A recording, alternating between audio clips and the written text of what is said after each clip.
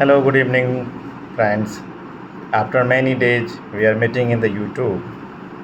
I had left the YouTube's video due to some personal reason, but after thinking about the many days, I try to start the things in different way.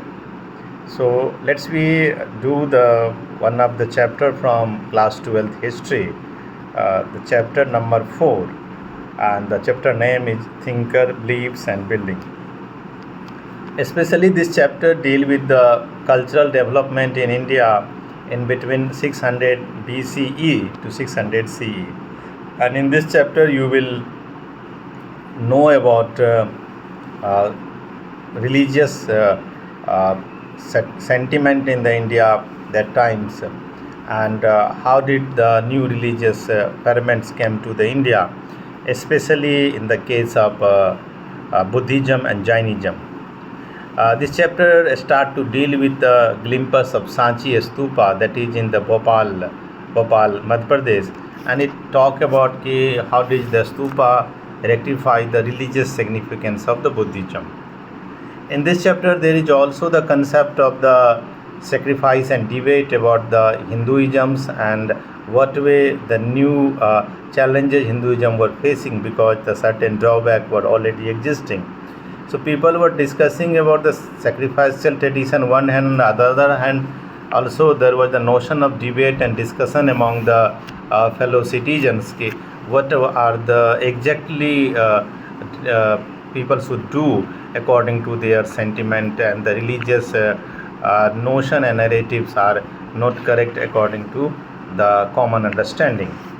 We also know about the Buddhist text. That text was divided in three parts: Sutta Pitaka, Vinaya Pitaka, and the third one is Dipmasa.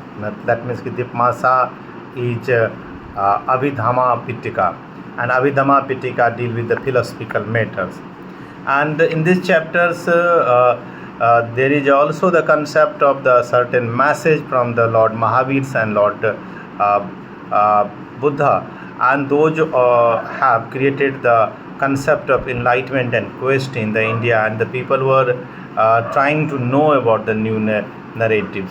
So teaching of the Buddha is generally dealing with the concept of the practice in the Buddhism, and the Buddhism practice is based on the 5 major concepts, and where the many of them started to follow the Buddha because the Buddhism gives the freedoms, liberations, and the sense of personal identity you can find in the Buddhist religion.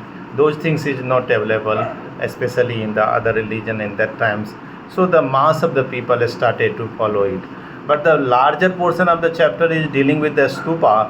A stupa is generally a structure which is in the bottom level it is a rectangular shape, and the mid level is the anda means circular shapes, and the upper level we also see Harmika is the balcony like a structure, and the last top level is the Chhatri is the also just like the Hindu religion's temple. You can see these types of the concept. And the discovery of stupa is generally comparatively narrated in the concept of Amravati also. Amravati in the Maharashtra.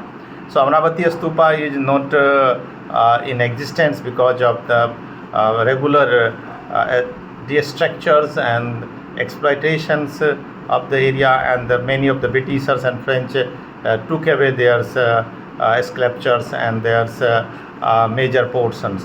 But in the case of Sanchi is in the existence still because of the contribution of Sultan Jahan Begum of Bhopal. We have also the concept of the symbol of worships and the popular traditions.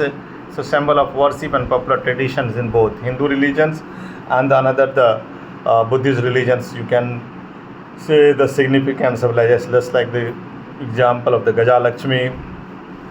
Another example is the significance of people tree So new religious traditions give the development of Mahayana Buddhism. So the Hinayana and Mahayana, so both are the major portion of the Buddhisms. Another hand, we also see the Puranic Hinduisms and the building temples. So Puranic Hinduisms and Buddhist temples is the not a new things. It is completely related to the Puran, and the Puran is talking about the structure, and even some of the ancient buildings of temples are already available in India, and people can give the example for them. So can we see the everything?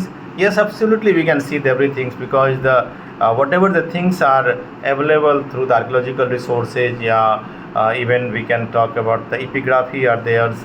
So these all things are helping us to understand the religious sentiment of the 600 BC to 600 CE, and this time period is one of the best cultural dominations and cultural expansions we can see there, and the notion of personal liberty and narratives you can also find from this chapter. So I hope you all will like this chapter, and this chapter will give you the many new things, and that is so much helpful to understand. Thank you, dear friends.